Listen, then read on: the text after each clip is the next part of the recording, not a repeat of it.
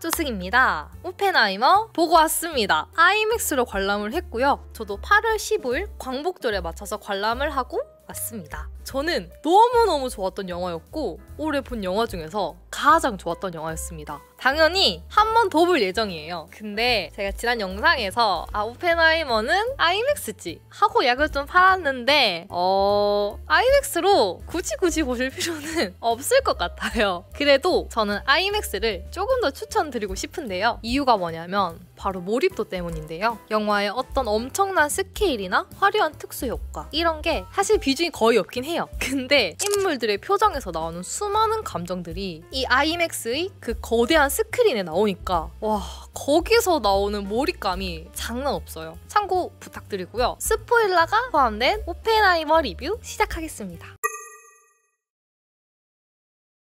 저는 영화를 보기 전에 이 영화가 전기 영화라는 점을 참고를 한 상태에서 관람을 했는데요. 영화를 보고 나니까 전기 영화이면서도 정치 드라마에 더 가까운 느낌이 많이 들었어요. 예고편에서는 맨해튼 프로젝트와 트리니티 실험을 위주로 보여줬지만 실제 영화의 주를 이루는 내용은 맨해튼 프로젝트뿐만 아니라 1954년에 있었던 오펜하이머에 대한 비공식 청문회, 오펜하이머와 대립했던 루이스 스트로스 제독의 1959년 청문회의 이야기입니다. 사실 이 두 청문회에서 오펜하이머와 스트로스의 이야기가 영화의 꽤 많은 부분을 차지하고 있다 보니까 인셉션이나 인터스텔라를 염두에 두고 영화를 보신 분들은 실망하신 분들도 굉장히 많을 거라고 저는 생각을 해요.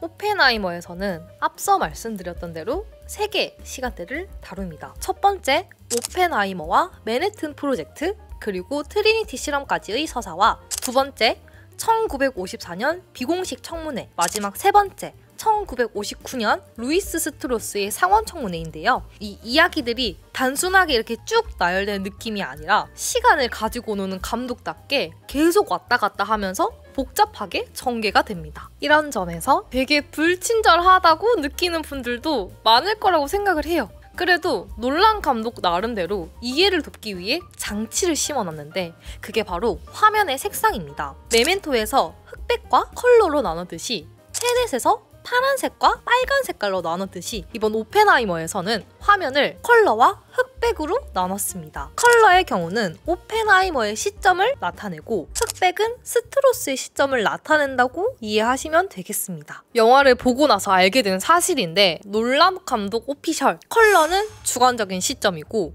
흑백은 객관적이며 컬러씬은 1인칭의 시점이라고 합니다. 알고 봤으면 더 좋았을 것 같은데 혹시 안 보신 분들은 이 점 참고하시면 감상에 도움이 될 것 같습니다.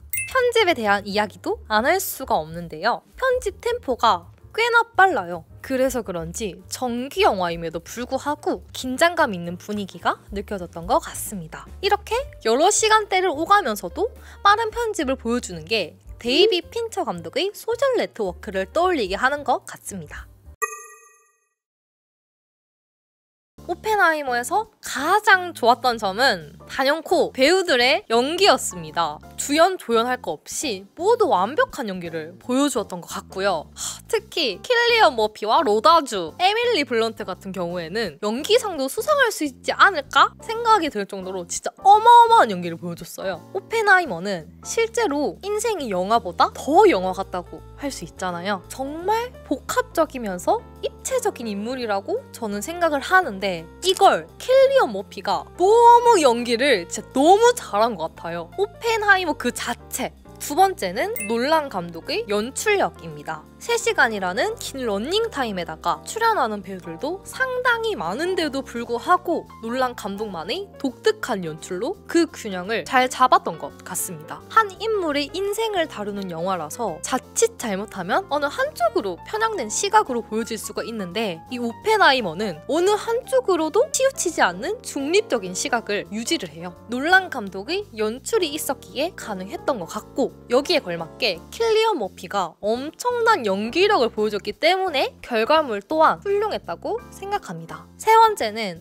음향과 음악인데요. 저는 아이맥스로 관람했지만 만약에 제가 사는 곳에 사운드 특허관이 있었다면 무조건 거기 가서 몇 번이고 더 봤을 거예요. 진짜 사운드가 미쳤고요. 음악도 너무 좋아요. 이번 작품의 음악은 테넷에서 놀란 감독과 호흡을 맞췄던 루드비히 고란손이 맡았습니다. 보여지는 화면만큼이나 들리는 음악 역시도 영화의 몰입에 굉장히 중요하잖아요. 이번 오펜하이머에서도 음악이 굉장히 만족스러웠어요. 특히 기억에 남았던 부분은 트리니티 실험을 할 때와 엔딩 부분이었던 것 같아요.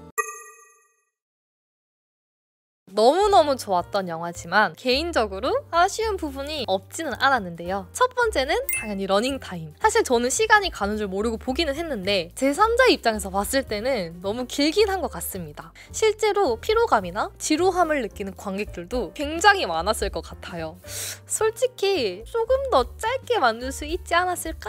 라는 생각도 들기는 했어요. 엔드게임 같은 경우는 중간에 안 봐도 무관한 장면? 화장실 타임이 있었는데 오펜하이머는 그런 시간을 허락을 안 하더라고요. 러닝타임과 관련해서 호불호가 많이 갈리는 부분이 그 트리니티 실험을 하는 부분까지입니다. 대충 영화가 시작하고 2시간 정도 분량인데 나머지 1시간은 청문회 이야기가 쭉 펼쳐져요. 이 부분에서 솔직히 지루한 감이 없지 않아 있었습니다. 두 번째는 방대한 정보량인데요. 정보량뿐만 아니라 대사량도 진짜 어마어마해요. 그나마 연출과 편집으로 어느 정도 커버한 것 같기는 한데 그럼에도 불구하고 정보량이 진짜 엄청나요. 수많은 과학자들도 등장하니까 나중에 되면 살짝 누구였더라? 하는 느낌도 받았어요. 물론 몽타주나 플래시백으로 중간중간 보여줘서 잘 따라가기는 했는데 만약에 화장실을 가고 싶어서 놓치게 되는 내용이 있다면 중간에 좀 이해하기 어렵지 않을까라는 생각이 들었어요. 이렇게 수많은 과학자가 등장을 하다 보니 영화를 보기 전에 실제 오펜하이머에 대한 이야기, 관련된 인물들에 대한 사전 학습을 하지 않는 분들이라면은 영화의 재미가 반감될 것 같다는 생각도 들었어요. 무조건 배경 지식을 알아야 한다. 이건 아닙니다. 어찌됐건 오펜하이머에 관한 이야기이기 때문에 감정만 잘 따라가도 충분히 괜찮을 거예요. 오펜하이머를 보기 전에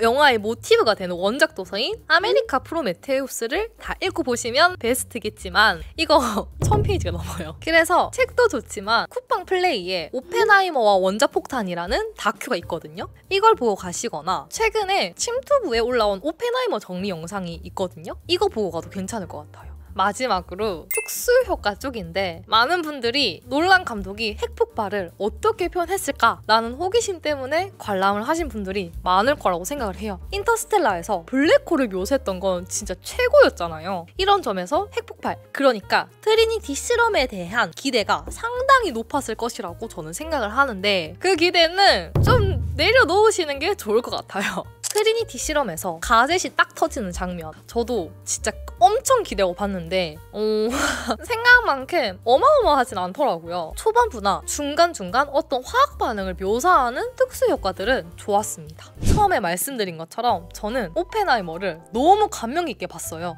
하지만 주변에 누가 재밌냐? 라고 물어본다면 재밌지는 않지만 훌륭한 영화다 라고 말할 것 같아요.